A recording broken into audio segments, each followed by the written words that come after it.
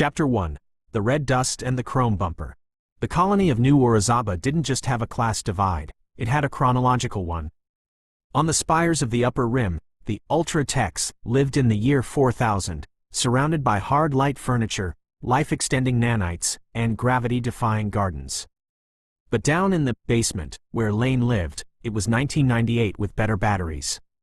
The air in the basement smelled of ozone and fried synth-leveled meat. The miners were coming off shift, their exoskeletons hissing as they depressurized. Lane sat on a rusted crate near the main mag-lev artery, his scuffed skateboard resting against his shins. He was stocky, built like a fire hydrant, with the kind of center of gravity that made him impossible to knock over, a trait that had won him 3 regional Concrete King trophies. He watched the traffic. Conventionals drove combustion hybrids that rattled the teeth, but every now and then, an ultra-tech float would glide down from the spires to collect exotic minerals. "Check the bumper on that sleek silver one," Lane muttered to himself. As a polished chrome aircar slowed for a congestion drone, Lane kicked off. He didn't just ride, he flowed. With a precision born of 1,000 scraped knees, he reached out and grabbed the magnetized rear bumper of the aircar. The sudden jerk nearly dislocated his shoulder, but he tucked into a crouch, his wheels screaming against the hyper-macadam. He was skitchin' at 80 miles per hour, weaving through the exhaust of the future on a plank of old-world maple. It was glorious. It was also illegal. A blue and red pulse flashed behind him. A peacemaker drone had spotted the tagger. Lane tried to kick out and slide into an alley, but a mag tether snared his board.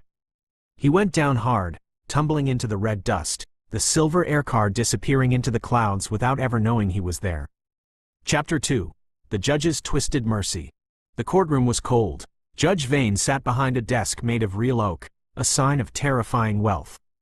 Lane stood there in his bruised glory, holding his snapped skateboard.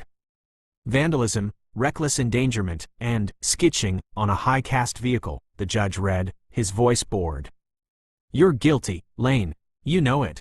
It was a clear road, Your Honor," Lane countered. "I wasn't hurting the car. The law says you're a menace." But, the judge leaned forward, a predatory glint in his eye. "The Colonial Military Academy has a quota for conventional integration. Every street rat I send there earns me a tax credit for my new yacht." "Military school?" Lane recoiled. "I'm a skater, not a soldier." "You're a convict, Flubber," the judge sneered, misreading Lane's middle name on the digital docket. "And Flubber Lane is going to learn to march." The transport ship was a melting pot of misery. Lane sat on a cold bench surrounded by kids from every corner of the galaxy. There were avian hybrids from the clouds of Venus, scaled laborers from the Titan mines, and a few high-born ultras who had been sent there for character building, usually after crashing a yacht into a moon. The reception was icy. The ultras looked at Lane's stocky frame and conventional clothes like he was a museum exhibit of a prehistoric peasant. Chapter 3. The Crucible of the Void. Academy life was a brutal mix of high science and low crawling. In Cross-Training 101, they were forced into link squads. Lane was paired with Celine, an ultra-tech girl who could calculate orbital mechanics in her head but didn't know how to tighten a physical bolt. "Why are we learning to manually prime a torpedo?" Celine asked, poking the massive iron casing with a gloved finger. "The AI does that. The AI dies when the power goes out," Lane said, wrenching a valve shut with his bare hands. "My grandpa said, if you can't fix it with a hammer, you don't own it." The exercises were grueling. Spacewalk maneuvers, phonetic coding for emergency comms, and zero-G combat. It was here Lane found his edge. While the ultras struggled with the lack of up and down, Lane treated the vacuum like a giant skate park. He used the walls as quarter pipes, his stocky body tucked into a ball, pulling 360 flips off the bulkhead to slam his training baton into the instructors. They learned to bridge the gap. Lane taught the ultras how to feel the vibrations in a failing engine. The ultras taught Lane how to interface his mind with the ship's survival fields. By graduation, Lane had earned a begrudging respect. He wasn't the smartest or the fastest, but he was the one who kept moving when the tech failed. Chapter 4. The Boredom and the Name. Graduation came with a choice: home to the red dust or the collegiate military. Lane chose the stars. The pay was enough to buy 10,000 skateboards. He was assigned to the heavy freight hauler, Bellows. On his third day, he stood before the commanding officer, a man whose face looked like a topographical map of a bad war. "Name?" the CO barked. Lane stood at attention, his chest out. "Flubber Lane, sir." The bridge fell silent. Someone snickered. "Flubber?" the CO asked, raising an eyebrow. "It's a family name, sir. From the old world." "Right. Report to the torpedo bay, Flubber. You're a loader." For a week, the boredom was soul-crushing. Moving crates. Calibrating magnets. The ultras on board spent their time in virtual reality. Lane spent his time oiling his board and staring out the thick reinforced glass at the infinite black. Chapter 5. The Hole in the World. The alarms didn't sound like bells. They sounded like the ship was screaming. Pirates. They didn't want the ship. They wanted the refined fuel in the hold.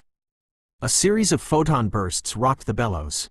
Lane was in the torpedo bay, hoisting a massive MARK-7 projectile into its cradle, when the world turned inside out.